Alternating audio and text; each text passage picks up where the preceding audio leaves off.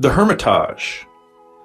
Along the palace embankment stretch the buildings of the State Hermitage. The largest building is the Winter Palace, built in the middle of the 18th century by Italian architect Francesco Bartolomeo Rastrelli.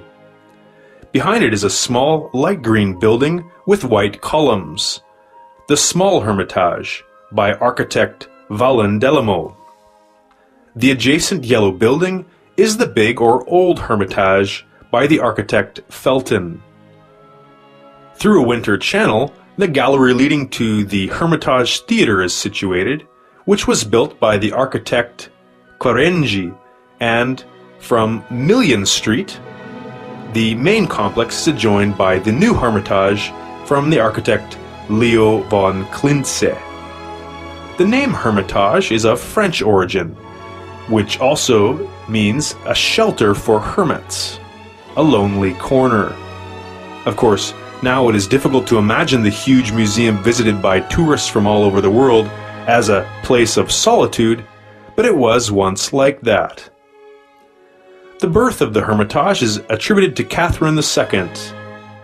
In 1764, she took possession of the collection of the Berlin merchant Gotskowski. In order to accommodate 225 paintings, the Empress ordered a separate building erected near to the Winter Palace. Collecting art was fashionable at the time. Wishing to fill up the museum, Ekaterina bought the private collections of Count Bruglia, Baron Kroza, and Lord Wopel. Paintings, bronze, and carved stones decorated the Empress's Hermitage, and soon the rooms of the small Hermitage could not contain them. For the increasing collections, a new building called the Big Hermitage was under construction. But the huge assembly continued to remain as a lonely corner for the Empress.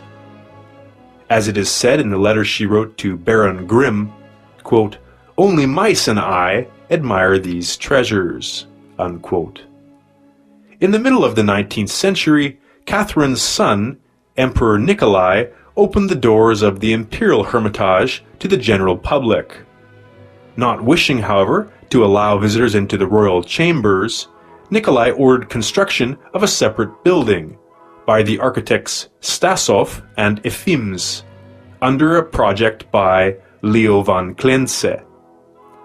The entrance to the new Hermitage from Million Street was decorated with atlas-like figures by the sculptor Terebeneva, cut whole from a block of grey granite.